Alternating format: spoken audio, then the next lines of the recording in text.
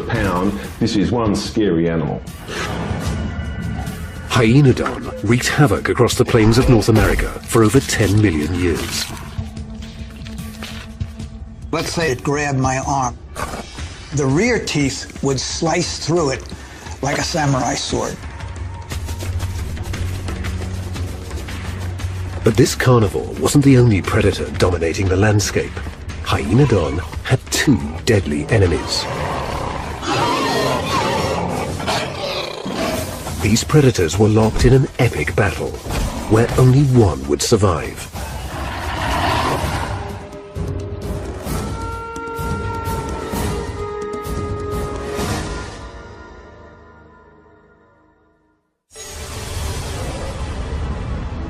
"32 million years ago, as the Oligocene epoch began, the environment of planet Earth was very different from today. Warmer temperatures meant no polar ice caps. So a place like Antarctica was a lush pine forest. But then, the climate began to change. North American temperatures dropped.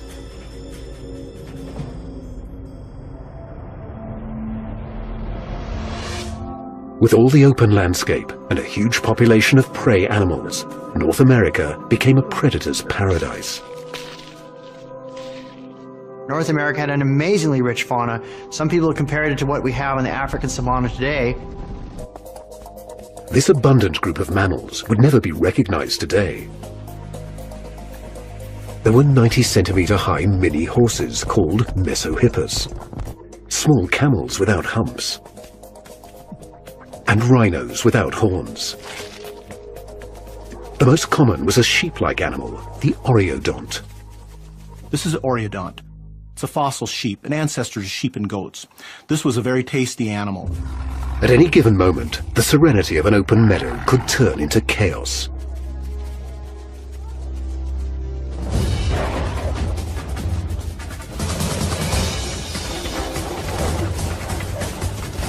The architect of this mayhem was the top predator of its time, Hyaenodon. This is Hyaenodon horridus, the biggest and baddest animal that lived in the Oligocene Badlands. It was king of the Badlands. This creature had a massive head, perched on a stout body. It was much larger than most of the animals it hunted.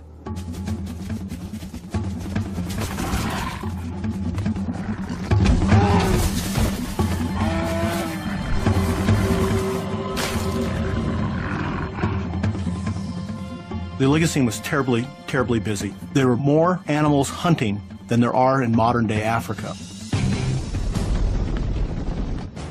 Hyaenodon's competition included a saber-toothed cat called Dinictus.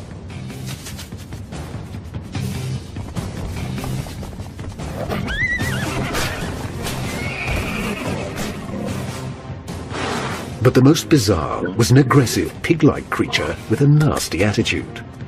The Entelodont.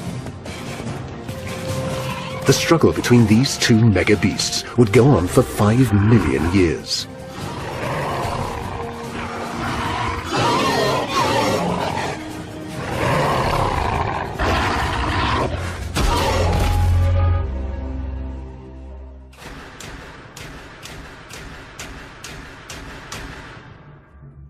Paleontologists marvel at Hyaenodon's amazing characteristics. But this creature is a mystery. It is a difficult mammal to study because few fossils have ever been found. There is only one complete skeleton on the entire planet, at the American Museum of Natural History in New York City. Only when you have a fully mounted one like this do you have an idea of what this thing really looked like. Dr. Jim Millett is a world-renowned expert on Hyaenodon. He has been studying the beast for over 30 years. It packed an enormous amount of power into its jaw muscles. Once it caught up with something, the guillotine-like teeth would make short work of any prey.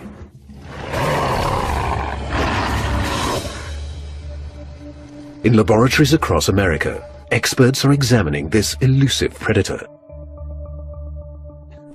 fossils are rare. But finding a top-end carnivore is even more difficult. Carnivores are very, very rare because there are very few of them living at any one time.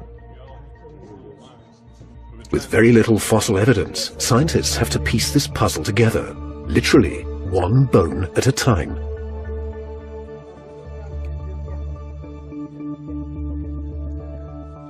And we've got, what, 13 of them, so we can count 1, 2, 3. This is one of our most complete skeletons. You can see it's not very complete. It's not beautifully preserved, but it's the best that we have, and they are quite rare, as carnivores always are. The preservation isn't exceptional, but it's the best you can do in the Badlands sometimes. These are the Badlands of South Dakota.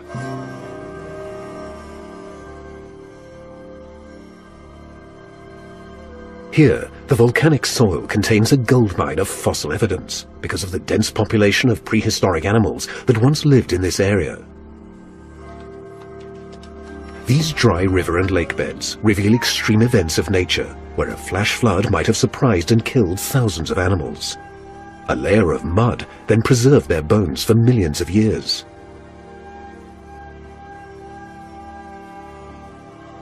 This animal is in a death position. It died in place, and sediments covered it. Chemicals in the groundwater impregnated the bone and made the bone harder and more durable, so it was able to last 30 million years, say. The erosion of the landscape over the course of 30 million years has been so dramatic that fossils can be found nearly everywhere. This bone was in the ground, but we've had a lot of rain here recently, all flooding rain, and it's been scouring this hillside, not just this hillside, the entire Badlands. So the fossils are jumping out of the ground. They're being released by the rain and coming out. The first fossils of hyenodon were discovered in the Badlands during the mid-1800s. These precious bones were sent to Philadelphia, where Dr. Joseph Leidy first described the animal. He named hyenodon, which simply means hyena tooth. Don means tooth, and hyena is self-explanatory. And if I picked this skull up, I wouldn't necessarily call it hyena-like teeth, but he must have thought that it looked very much like a hyena. And so this was the name that he provided. But Dr. Leidy may have jumped to the wrong conclusion when he named this 30-million-year-old predator after the hyena. Oftentimes you're stuck with names that are just unfortunate. And maybe hyenodon is one of them. When modern scientists began to carefully study hyenodon, they could find very little similarity between it and its modern namesake. Hyena and hyenodon are not related at all. They're quite different animals and with quite different ancestries. The most striking disparity is their head size and posture. If a line is drawn down the spine of both animals, the difference is clear. The hyena's spine is steeply sloping, revealing two short rear legs. Without the modern hyena to use as reference, scientists were puzzled over what hyenodon might have looked like. When they looked at its skull, the bony plate on the roof of its mouth extends past the back teeth, so they thought it might be an anteater. They even considered a sea creature. The only other animal that we can think of that has a prolonged bony palate is a dolphin. This is Flipper. You can see the teeth. The teeth end here, and the bony palate continues toward the rear of the jaw. So some people originally thought that hyenodon might have been. Paleontologists depend on modern animals to put a face on the fossils they dig from the ground. But in this case, there's a problem. Anytime you have a fossil animal as bizarre and out of the ordinary as hyenodon, you have difficulty trying to figure out what it did, how it looked, how it ran. Using new technology, Dr. Millett suggests building a hybrid model of the beast, borrowing components from similar predators. They start with the wolf, an animal with the same stance and dog-like behaviors as the hyenodon. Take the skull from a hyenodon and take the head off the wolf. The The wolf has much longer legs, which allow it to run faster. They have to shorten the legs to match the size and stance of a hyenodon. Now that looks really bizarre. The skull looks so huge, it looks as if the animal were standing there, the head would tip it forward.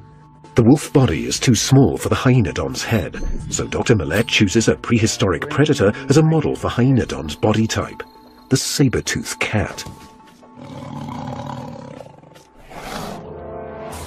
Saber-toothed cats are much more heavily built. When they did their attacks on larger prey, they were almost bear-like in the way they would run on something. The saber-toothed body fits much better with the head of hyenodon, except for the shoulder muscles, meaning that the cat's front legs were much stronger than hyenodon's. Can you eliminate the high bump? Sure, let me just paint those down here. Can you reduce the size of the limb muscles? Reducing the cat's leg muscles brings the model very close to hyenodon. But there's one last adjustment, the tail length. So if you can take the tail and make it about twice as long. Now we've got an animal that looks like a real critter. That's really good. Hyenodon was more like a big cat than a wolf, because it needed a bulky body for its large head. It ran on short, muscular legs that could quickly accelerate, but also had the power to cover long distances.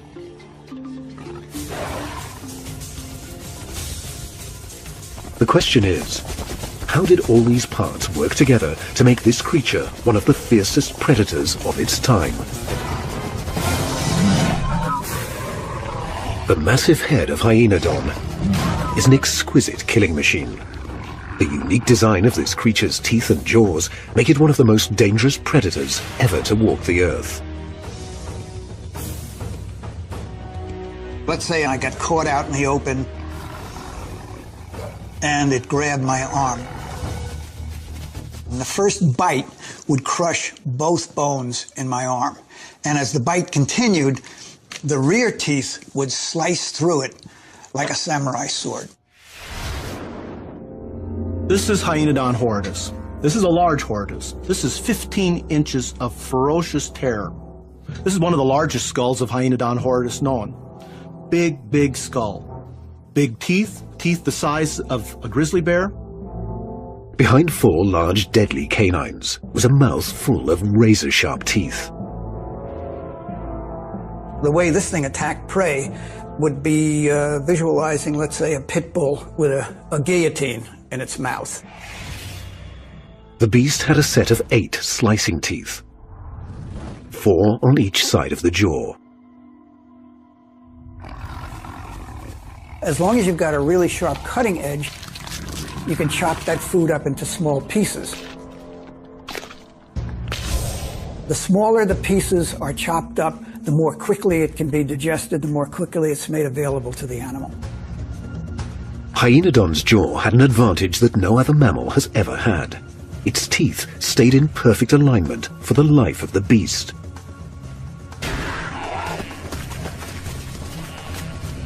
For most other predators, their teeth wear down to nubs as they get older, so they can't slice up meat. When they can no longer process food, they starve to death. Hyenodon solved this problem in a way that no other mammal did it. What happened was the teeth over a lifetime rotated inward. And you can see on this very aged one, the equivalent of a 90-year-old in human terms, the cutting edge is actually going across the roots of the teeth. In order to maintain the close contact essential for chewing, the upper teeth rotated inward and the lower teeth rotated outward.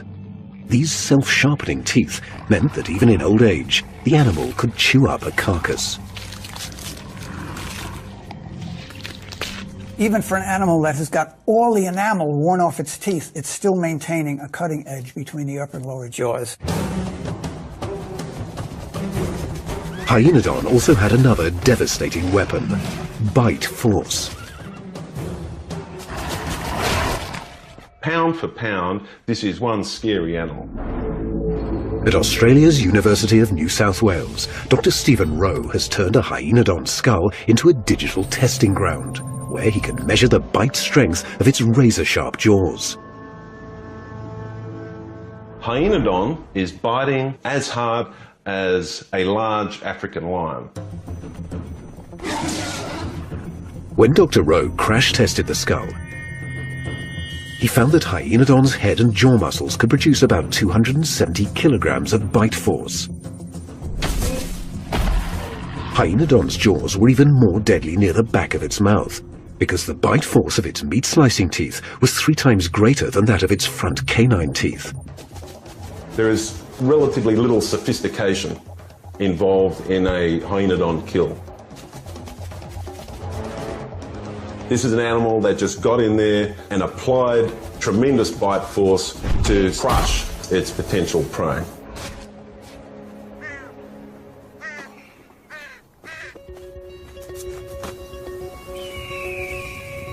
Paleontologists like Jaff Boyce have spent years searching the Badlands, sifting for evidence of predation from the Oligocene epoch.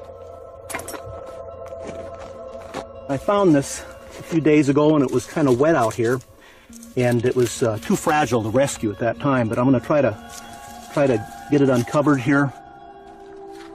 Boyce has found evidence of a ferocious Hyaenodon attack in a place most people would never look: animal feces, also known as coprolites.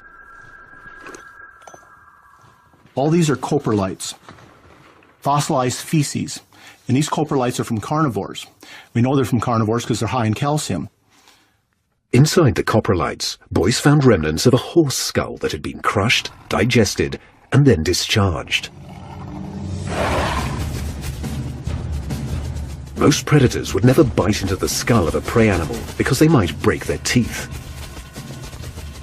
There's very little meat on the skull, so you leave the skulls alone. There was only one animal that had strong enough jaws, strong enough teeth, strong enough desire in its ferociousness to eat a skull, and that's Hyaenodon. The smoking gun was the 30-million-year-old front incisor tooth that was still completely intact. You can see how the teeth are the same shape. Probably the reason that this is in the coprolite is the Hyaenodon grabbed the horse, crushed its nostril, crushed the front of its face in order to kill it, and then swallowed what he had in his mouth. Hyaenodon's mouth opened wide enough to fit around a prey animal's skull, so it could crush it in one bite. Years of field research have helped establish the sheer strength of Hyaenodon, but its intelligence is less well understood. Such a huge head could indicate Hyaenodon had plenty of space for a large brain. Now, with CAT scan technology, Dr. Larry Whitmer can look inside the skull of Hyaenodon and gain an extraordinary view of this animal as if it was still alive. But after 30 million years, the skull has fossilized into rock, making it difficult to distinguish the true size and shape of the brain cavity. The biggest problem we have is we don't really know what we're supposed to find. This is the first time we've ever CAT scanned Hyaenodon, so we don't really know what to expect. Dr. Whitmer discovers that most of Hyaenodon's skull was filled with jaw muscles, leaving very little space for its brain. But he also finds amazing bioengineering that allowed the animal to get maximum efficiency out of these muscles. When the animal was actually chewing and attacking and biting and potentially clamping down on prey, it would have had a problem with those large jaw muscles closing down the airway. In order to eat and breathe at the same time, Hyaenodon developed a remarkably long nasal tube.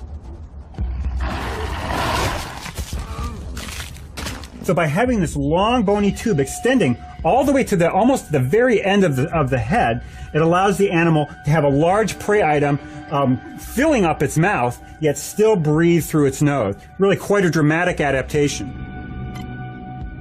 Hyaenodon's brain is divided into 3 small lobes, devoted to intelligence, smell, and coordination.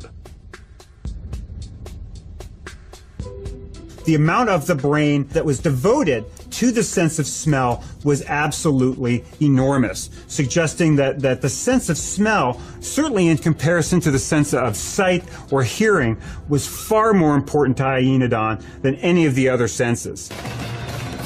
Dr. Whitmer believes that Hyaenodon's sense of smell was its primary method for finding prey.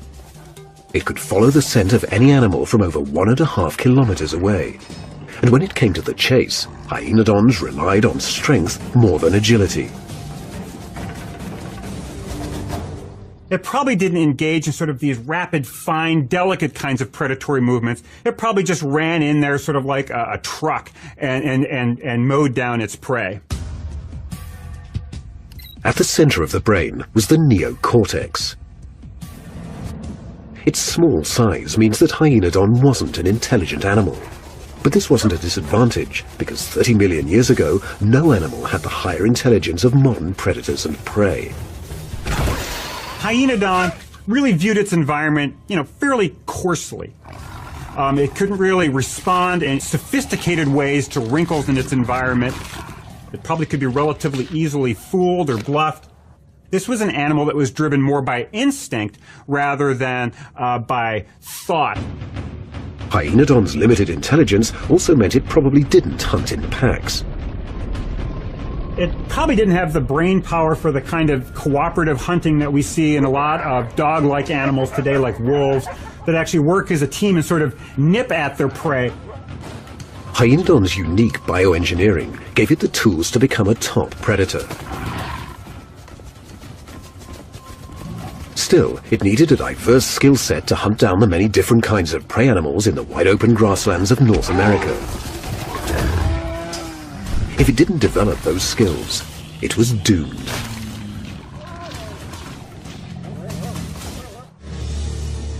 "30 million years ago, North America's Great Plains were like a well-stocked supermarket for a carnivore like Hyaenodon. But the landscape was changing into more open country, so an ambush predator like Hyaenodon had to adapt to a different hunting strategy.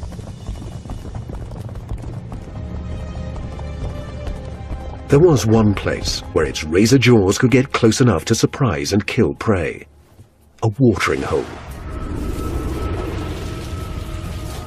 In South Dakota's Badlands, paleontologists discovered an ancient watering hole that was the perfect fast food stand for an ambush predator like Hyaenodon. Well, since 1993, we've found approximately between 8,000 and 10,000 bones, which is a staggering number, especially for a quarry of this size. This collection of bones is solid evidence of the large number of animals that were killed and eaten here. Obviously, we can equate this to something that would happen like in Africa today. Everybody's got a drink. The predators know it, so they just sit and wait for easy kills, and that's probably what happened here. Water holes were a popular place for Hyaenodon to hang out, especially if there was any type of vegetation, where it would allow it to have some cover to get close enough to within a few yards of a horse while it's drinking. But the horse that Hyaenodon hunted was nothing like the horses we know today. This horse in front of me is known as Myohippus. It's one of the earlier horses from North America. Horses actually started out even half this big, but by the time of the big badlands, this is the common horse you see. The Mesohippus was about 1/3 of the size of a modern-day horse, but still a very fast runner.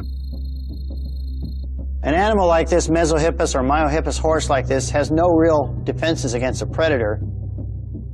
So it would have to rely on being able to outrun and outjump anything that was chasing it.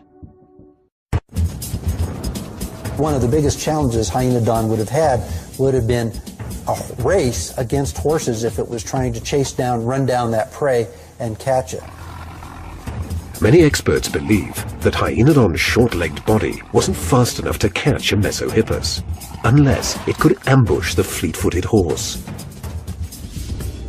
Dr. Jim Millett disagrees with this theory. He's designed a demonstration to test the speed of a short-legged pit bull, a modern animal similar in build to the Hyaenodon.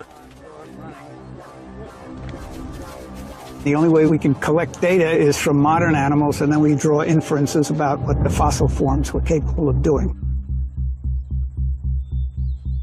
The physics don't lie. If the limb dimensions are going to be the same and the musculature is approximately the same, they're going to move at about the same rate when you compare one short-limbed animal to another. The key measurement runs from the knee of the dog down to the ground. That's the part of the limb that really controls speed. Now, typically, dogs with short legs are going to run relatively slowly, but I'm willing to bet this dog makes up for it because it has powerful musculature. We have the power on. I'm going to aim it. Dr. Millett will use a radar gun and track the dog's speed. All right, radar gun is hot. Come on, Pepper! Come on, come on, come on, come on! Come on, come on, come on, come on! Come on, come on, come on, come on! Good boy! 36. We got 36 miles an hour, which is 6 miles an hour faster than a horse. I was astounded when the pit bull came up 36 miles an hour on the radar gun. It was only accelerating a relatively short distance, but he got up to speed very quickly.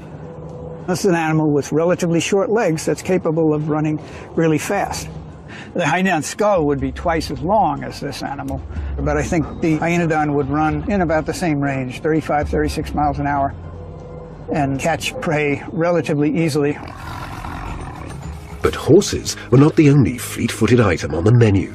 There were also camels. These small relatives of today's African variety were a staple of hyenodon's diet. There actually are places in the Badlands where we have assemblages of camel bones that may have been eaten by hyenodon. Camels were faster than horses.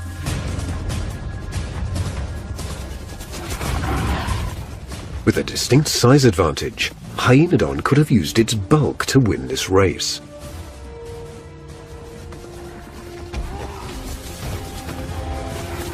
It would be relatively easy for hyenodon to get up parallel to it and just lunge into it. Once you got it on the ground, it's all over. With so many different animals on the landscape, hyenodon had to constantly change its hunting strategy. The ability to catch a horse is going to be different from catching an oreodont, is going to be different from going after a rhino. The hornless rhino was the biggest creature that hyenodon tangled with, and the biggest challenge. In general, most of the rhinos in North America are among the largest animals in the landscape, and very unlikely that most of the predators would have had much chance with them. The rhino was an inviting target, but hyenodon was not big enough to knock it off its feet. It would zero in on it and then start chasing it. It's going to be running up and using the powerful jaws to grab the hind leg of the animal to inflict damage to it. They have to be careful they don't get kicked, but you come up on the flanks where the skin is thin. It's going to start losing blood. It's going to weaken. But once hyenodon made a fresh kill, things changed. It too became a target. Waiting for a free meal was the fierce entelodont, a 270-kilogram toothy beast that experts call the hell pig. If you were another animal on the landscape, when you saw one of these things, I think you'd go in the opposite direction. Hyenodon had what entelodont wanted, and neither was willing to share. Making a kill was easy for hyenodon. With its exceptional hunting skills, the razor-toothed predator could capture any prey it wanted. Keeping that kill was another matter. Hyenodon is not going to give up its carcass without a fight. It's going to want to maintain it. It put a lot of energy into getting that animal. It's not going to want to give it up. Archaeotherium was primarily a scavenger, and there is fossil evidence from the North Dakota Badlands that this fierce pig had a preference for rhino meat. So when the hyenodon killed a rhino, it was at risk. The entelodont had the ability to track down the dead rhino by using its highly developed sense of smell. I can think of a scenario where Hyaenodon has taken down some prey, and Archaeotherium comes in to steal that prey from it.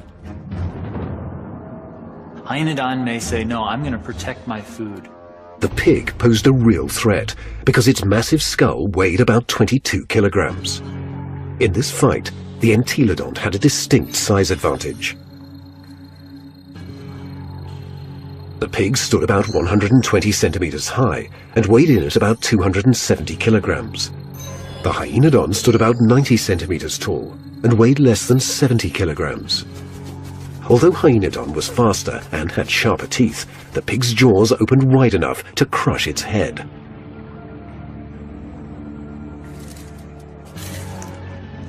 Dr. Millett has found fossil evidence of a broken shoulder bone from a Hyaenodon that may have resulted from a battle with an entelodont. It's broken right across here, and the shoulder blade, the scapula, has shortened about 30%. Dr. Millett theorizes that there is only one animal that could have inflicted this kind of damage on Hyaenodon.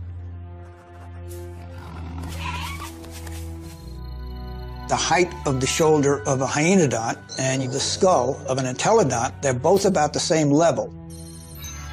This fossil evidence gives us a rare glimpse into what a battle between these two top predators might have been like. Hyaenodon would have to be quick. It would have to stay away from the jaws of Archaeotherium. If Archaeotherium got Hyaenodon into its jaws, the fight would be over. The Hyaenodon might be fast enough to inflict some damage, but the pig's size would prove to be the difference. All the entelodont had to do was move that massive skull, that 50-pound skull, sideways with those big flanges, and bang, you would have fractured the scapula.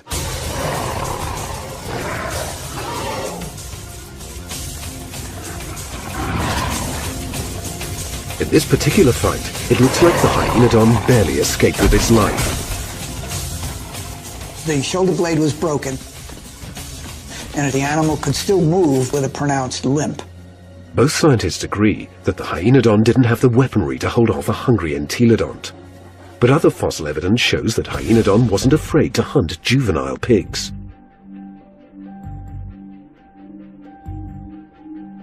When this guy was little, a Hyaenodon grabbed it by the snout. You can see the scar here where the bone is healed. There's one on the other side, upper jaw on the front here, lower jaw on the back. Grabbed this entelodon by the snout and shook it, but didn't kill it. Since Boyce's skull is from an adult, it means the young entelodon survived the brutal attack. There are very few fossils that show evidence of these vicious encounters. Every time paleontologists find a bone damaged by a predator, it provides an important window into this violent world. In 2006, Dr. John Hoganson opened an investigation into the death of a Denictus, an early saber-toothed cat. The main evidence in this case was a 30-million-year-old skull. There were tooth puncture marks on the skull. We then became interested in trying to find out what animal would have been able to attack and prey on this cat. The Denictus was a dangerous predator that nobody wanted to tangle with. It had large saber teeth that could slash the throat of its prey. Whatever animal killed this cat would have probably grabbed it from the top or perhaps from underneath of the skull. Could very possibly be that this was a killing blow. There's no healing that we can see on these puncture marks. It didn't live very long after this happened. Dr. Hoganson brought the cat skull to Dr. Jim Martin at the School of Mines in Rapid City, South Dakota, so they could try and match up the teeth marks with the wide array of predators in the collection. Within a short time, 2 of the main suspects are eliminated. Here's the entelodon. It's just the teeth are way too big, yeah. Let's eliminate that. Let's check this other Dinictus out and see if it's intraspecific competition here. We were thinking that another cat of the same species, another Dinictus, had actually killed this animal. So I was envisioning some kind of real major cat fight that took place. The cat's saber teeth don't match up with the width of the puncture wounds on the skull. With another suspect eliminated, they turn their attention to Hyaenodon. Well, these punctures really do match up with the teeth on Hyaenodon. All 3 puncture holes line up with the canine teeth of Hyaenodon. Somehow, the razor-toothed predator got the better of the cat.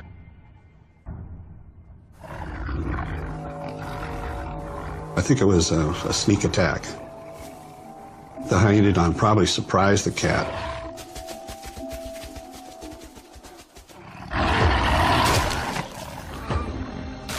Because the cat probably would have been quicker than the Hyaenodon in many ways. The Hyaenodon would have come in and actually bit it here initially, penetrating the brain case and the eye socket as well. Devastating blow. Then it probably would have quite quickly actually moved and bit the animal again. Fossil evidence shows that the Hyaenodon was one of the top predators for more than 20 million years. But when the Miocene epoch began, about 22 million years ago, a new competitor arrived, the bear dog. These fierce hybrids, with lion-sized bodies, were about to challenge Hyaenodon for the crown of North America's top predator.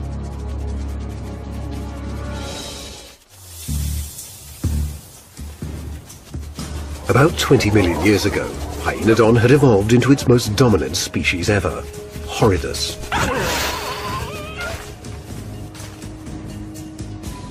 The fossil record shows that this animal was abundant in the North American landscape.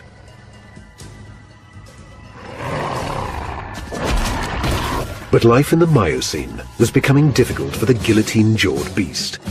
Numerous factors led to its demise, starting with climate change.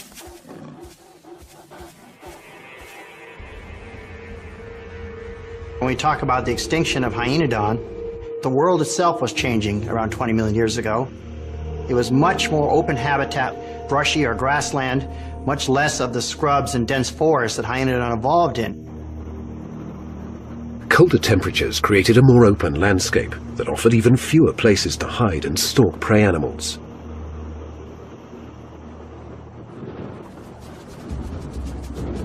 Not only was it harder to ambush, but after millions of years of evolution, the prey animals were getting bigger and faster. By 20 million years ago, there were probably not many animals left that Hyaenodon could have caught. The camels, the horses, many of the groups of animals that had been in North America for a very long time were all becoming longer-legged and better runners and better adapted to outrunning all archaic predators like Hyaenodon.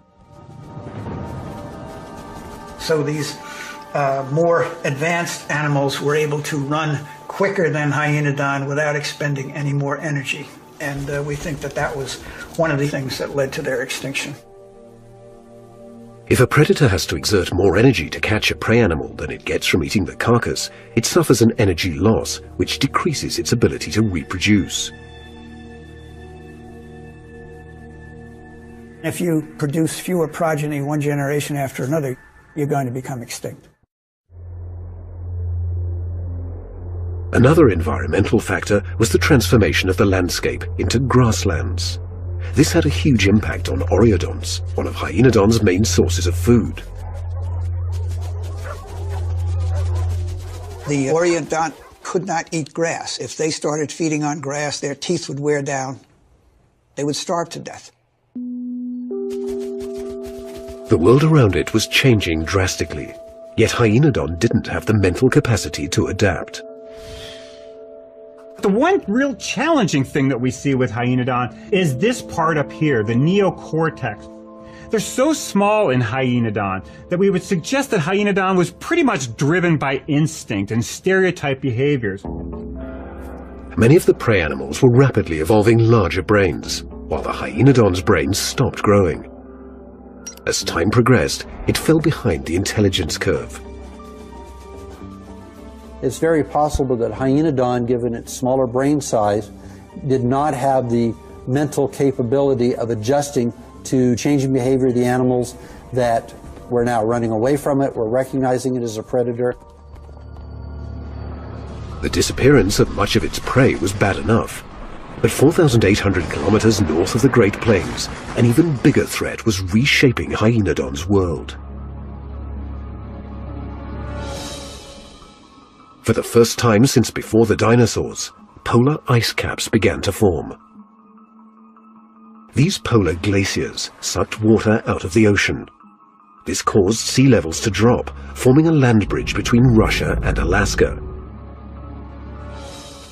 With this new pathway, bear dogs from Asia began to migrate into North America. It's presumed that they walked across the Bering Land Bridge, which was not a very big corridor back then. It would have been relatively easy for animals to move up through Siberia, across the Bering Straits, and then right down through Canada and back to the other parts of North America. Bear dogs were extremely dangerous. They had the bulk of a bear and speed and guile of a wolf. When you look closely at this animal here, it would have been a pretty scary thing to be in front of it. It has some of the largest canines you'll see of any predator that ever lived, except for a saber-tooth. Hyaenodon would have little chance defending a carcass against a bear dog.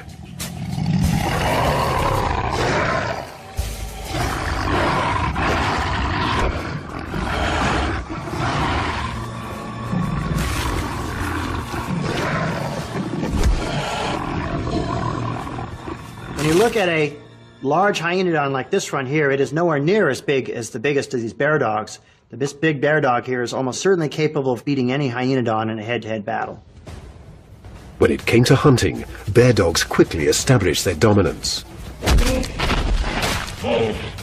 It's a much more sophisticated animal than any Hyaenodon, plus the fact that of a large size like this and a long stride length, this animal could have certainly covered ground a lot faster than the Hyaenodon. This animal was able to kill just about everything that lived in its time. Bear dogs were killing an abundance of prey, taking the food right out of Hyaenodon's mouth. The best Hyaenodon could hope for was to scavenge a few scraps after the bear dogs had finished eating. And this wouldn't have sustained its existence. We have something called the competitive exclusion principle, and it says that two species can't occupy the same ecologic niche at the same time. It's like having two McDonald's right next to one another on a street. They're only going to be drawing from the same customer base, and either they're going to have to merge or go out of business. As the bear dog population increased, it was the final nail in Hyaenodon's coffin. Hyaenodons went extinct right about the time these huge bear dogs appeared, so I think it's reasonable that these large, modernized, very fast, very effective predators drove Hyaenodons to extinction. In essence, Hyaenodon became obsolete. It outlived its own usefulness and was replaced by bigger, faster, and smarter carnivores, such as wolves and cats. Most species of mammal don't last more than 5 million years. The Hyaenodon was able to survive for over 10 million years. This amazing beast was able to thrive and dominate using jaw power. The reason it ruled is these jaws. Hyaenodon horridus had the strongest jaws of the animals of this time. Pound for pound, this animal has amazing bite force. Hyaenodon is biting much harder than anything that's alive today. Hyaenodon created a reign of terror by just using its head. It dominated with this one lethal weapon that could dispatch a prey animal within seconds. Its powerful razor-sharp bite left a mark in history that will never be matched.